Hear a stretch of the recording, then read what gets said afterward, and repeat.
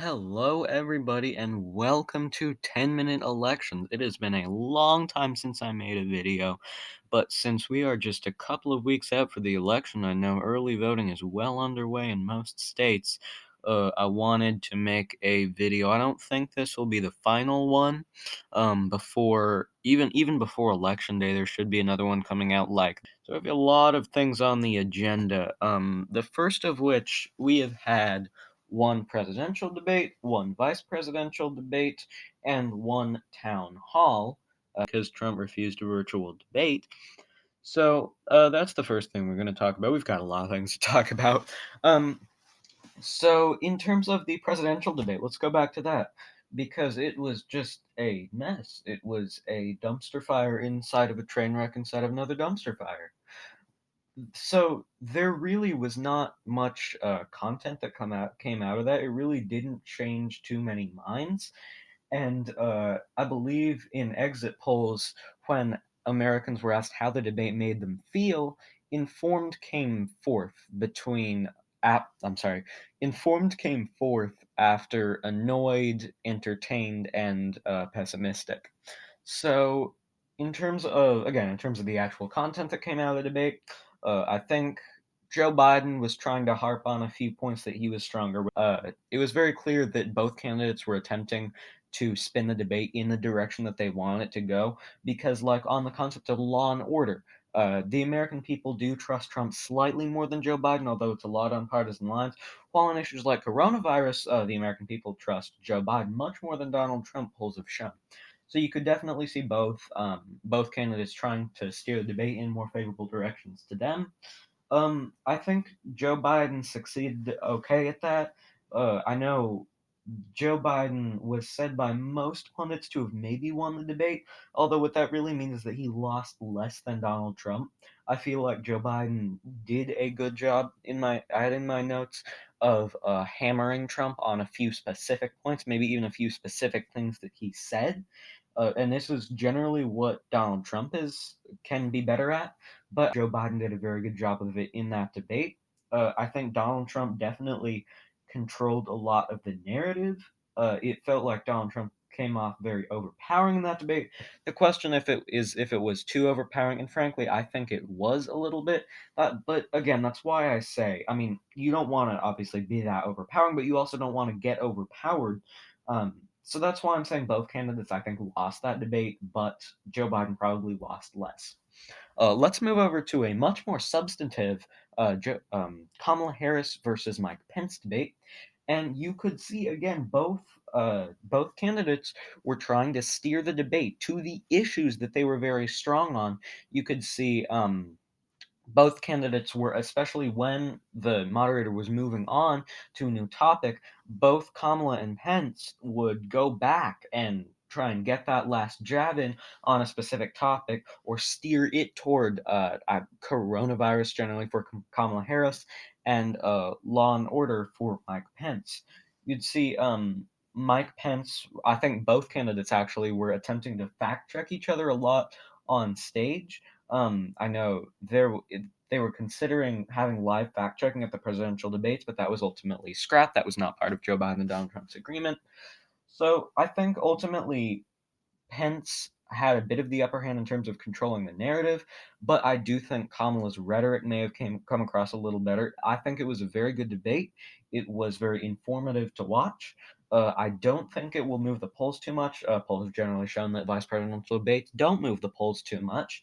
Both candidates had different strengths. For the hand that Mike Pence was dealt, he did a fairly good job with what he could. So I think both candidates did well. A lot of experts said Senator Harris won that debate, and I maybe agree, but much more substantive than the presidential debate.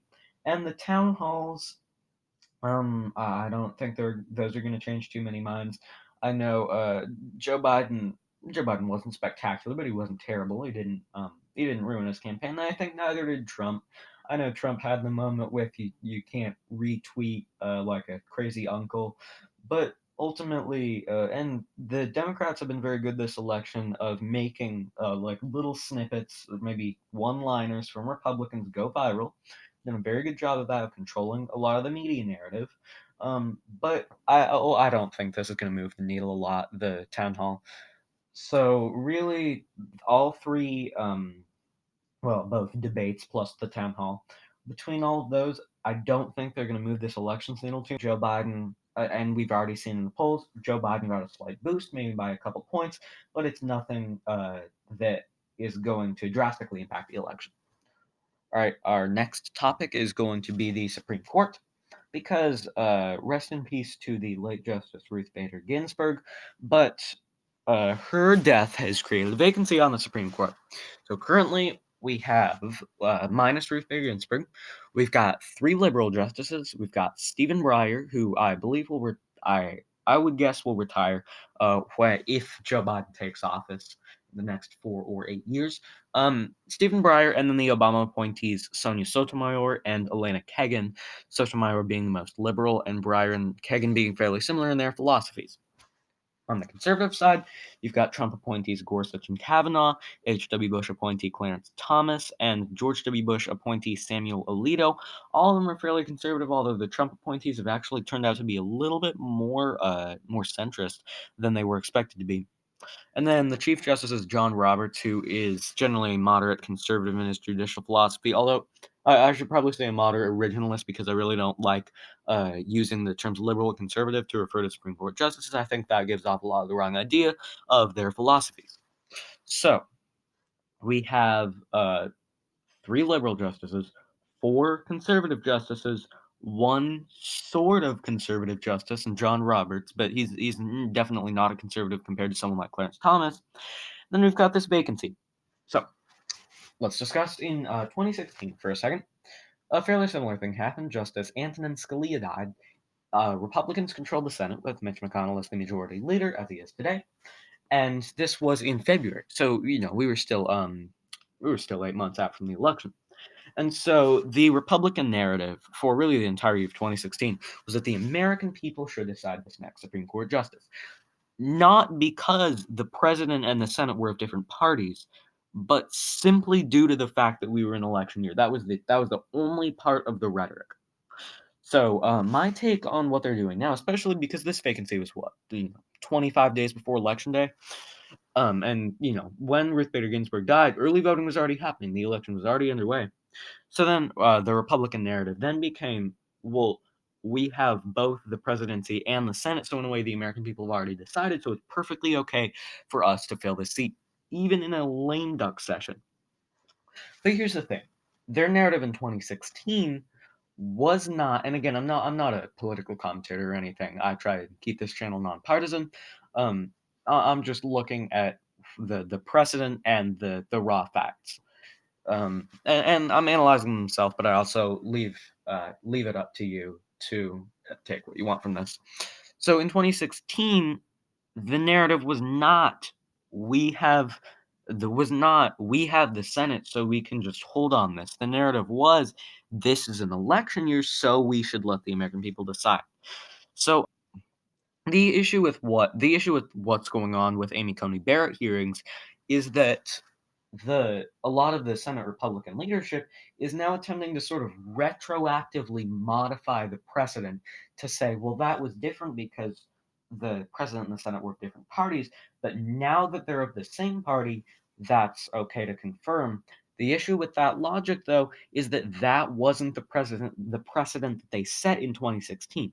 The precedent that they set in 2016 was this justice should not be confirmed because this is an election year. So by that logic, the justice should not be confirmed in 2020. You can't go back and like retroactively modify that precedent, if that makes sense.